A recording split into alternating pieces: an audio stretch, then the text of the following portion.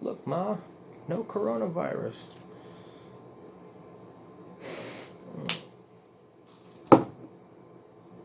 Hope y'all are staying safe out there. I'm in Washington State, so you know I got to. I don't have it or nothing. Just, I was scared that I did a few days ago because I woke up with a sore throat and I was like, oh no. But it was nothing. But place I live in is kind of shutting everything down. A lot of businesses closed and all that shit. But it means I got plenty of time to watch shows and shit. Including this third and final season of Ash vs. Evil Dead, which I absolutely loved. This looks almost exactly like the joint he had in the show. Ash smokes a joint more than once in the show. That's strong shit. Yeah, I saw the first couple of seasons of the show back in, it was at least a few years ago. I hadn't picked up on this show in a minute. Because I remember, I want to say towards the either end of 2016 or beginning of 2017, I went to a buddy's house in New York, and one of the things we did, other than watch Creed and go to this IMAX theater in Manhattan to go see Rogue One, the Star Wars movie, was we binge watched the first couple seasons of this Starz TV show called Ash vs. Evil Dead. And I very quickly grew to love the show.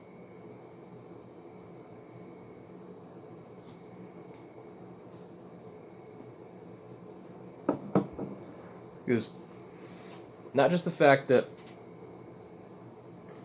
kind of goes without saying Bruce Campbell is the shit, but actually I kind of like older Ash more than the younger Ash a little bit.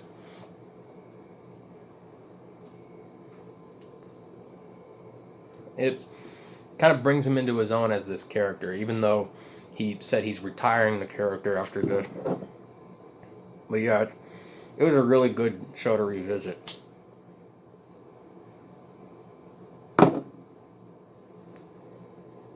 Huge love letter to the franchise itself of the Evil Dead movies. Not just the first two, but also references to Army of Darkness and stuff like that.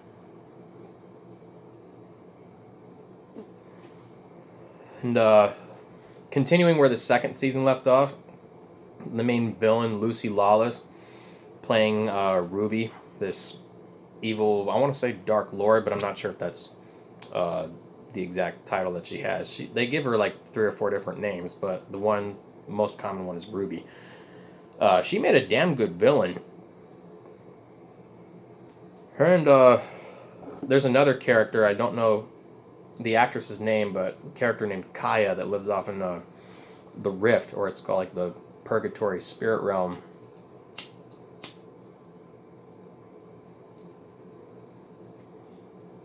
Burn evenly, damn you.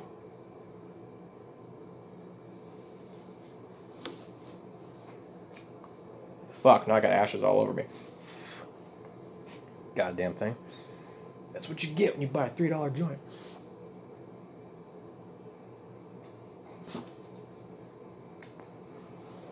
Burned my hand just now, you see that? Yeah, good villain, good character structure, pick up from the last season.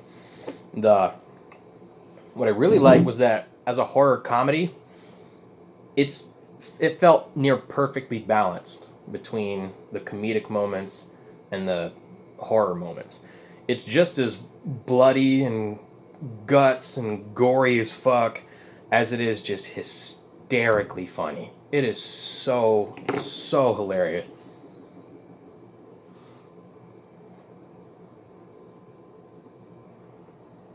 As many times as you'll go, oh god, that's gross, that's disgusting, oh my god, there's so much blood. At the very next scene, like, without even giving it a second thought, you will be almost in tears laughing. I had to write a couple of them down, but without like spoiling anything major. But there's something. I want to say it's the second episode, but he gets in a fight with this dead-ite in a sperm bank. That most of the donations there are his, so they all have his name on them.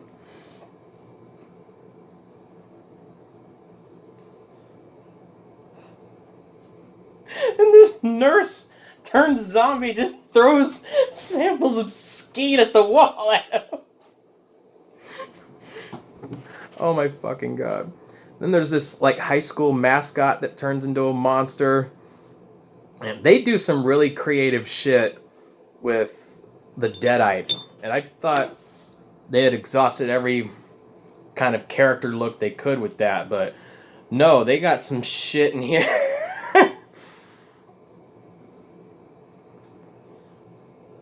Yeah, Bruce Campbell's still awesome. Kelly, the character, I cannot for the life of me remember the actress's name, but I mean this in the best possible way. She is a bad bitch, and I love that character. And in this season especially, she does not fuck around.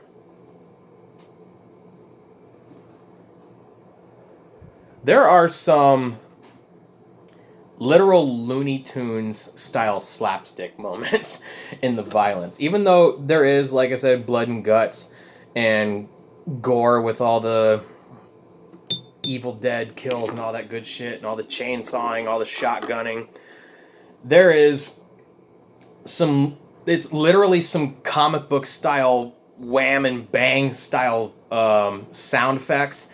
Like when somebody gets whacked on the head with a shovel, you'll literally hear a clang. It's some Acme Wile E. Coyote type shit.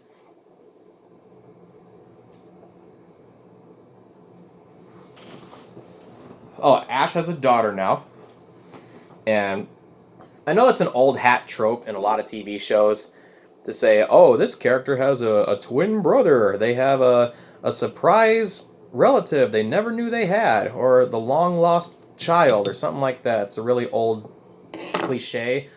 But they make good with it. They actually do something with it, and they really run with it.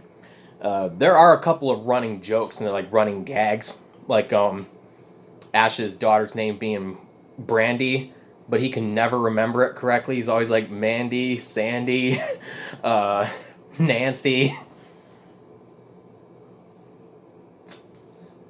Sandy?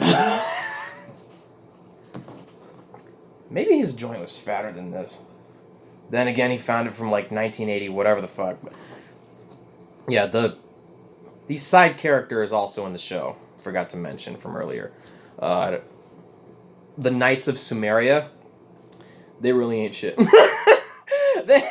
There's these side characters called the Knights of Sumeria who call Ash Williams like the prophesized one, and they kneel before him to much of his chagrin. And every single time one of these knights has to go up against a dead-ite, they get fucked up. They get fucked up bad. This first dude, Dalton, real handsome-looking dude, he gets completely destroyed because Ruby, Lucy Lawless's character, spends most of the season pissed off as fuck at Ash. So, again, without ruining anything, she goes into the Necronomicon and gets something close to him specifically to, destroy him for good.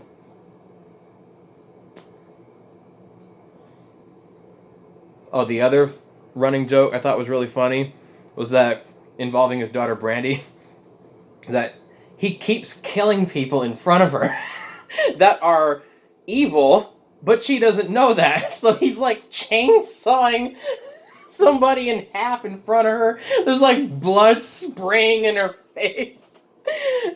He's like, I helped you, and she's like fucking traumatized. Oh shit. Oh, the actor who plays Pablo. I want the name of his personal trainer, because this dude, I could have swore, I don't know if my memory didn't serve me well, but how did he get so cut? I see him because he's got the almost top fade haircut and the 70s porn stash. But when he takes his shirt off, like in a dream sequence, he's just shredded. He's all the way topped up. Like, he's been going to the gym for the past couple of years. Like, damn, Pablo. And Pablo actually turns into quite a major character in this. The El Brujo Especial. He basically becomes a witch doctor with beyond the gates of evil and the nether realm type powers. Because I'm pretty sure in the last season his uncle was a brujo, or like a male witch doctor. And damn, I have 3 of these? What the hell is wrong with me? Each... Oh, other than that skeet fight at the beginning of the show. The other thing I thought was absolutely hysterical for whatever reason. I don't know why this struck me as one of the funniest lines in the show, but it just did.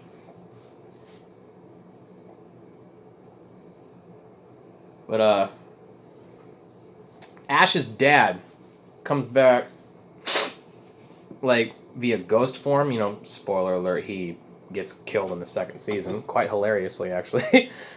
It's one of the things I remember the most about the second season, watching it with a buddy, is that scene, he was actually trying to tell Ash something really heartfelt and important, then he gets run the fuck over with a car. I'm like, oh, my friend is just crying, laughing. I need to tell you something, son.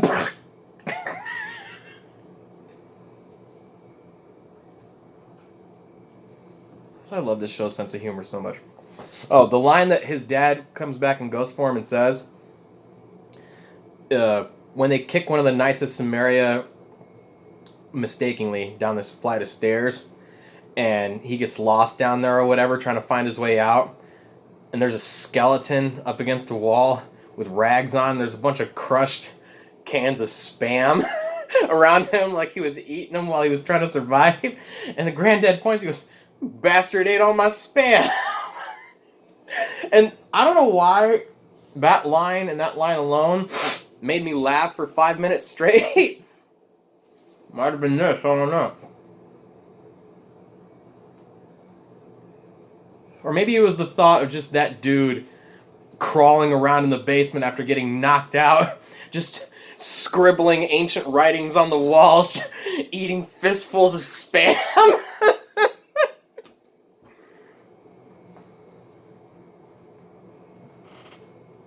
Yeah.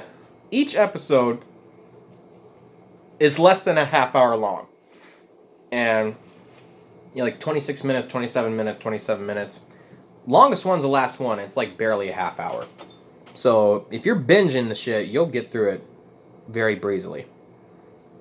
So overall, if you're a lover of the Evil Dead franchise, or you just like it or enjoy it, you will more than likely adore the ghost beating shit out of this show. It's only 3 seasons. They ended it, or canceled it rather, after 3 seasons. But the end of the 3rd season is a good capper. It's a good way to end things. It was way different than I expected. It was not the conclusion that I thought was going to happen. Not the climax, but the like very, very end, like the last 5 or 6 minutes. But yeah, it is highly enjoyable.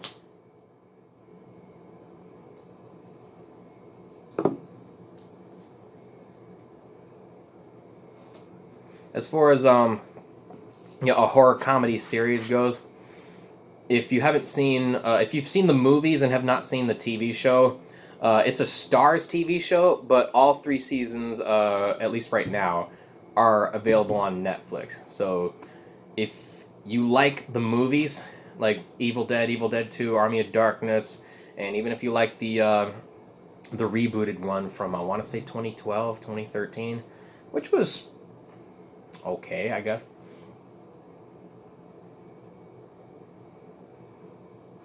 But especially the original ones. If you're a fan of those, definitely watch this show. You will grow to really, really like it, possibly even love it. So,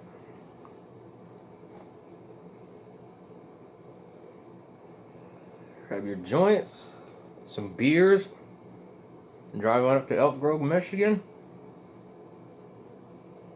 Have yourself a good time, y'all. Stay safe.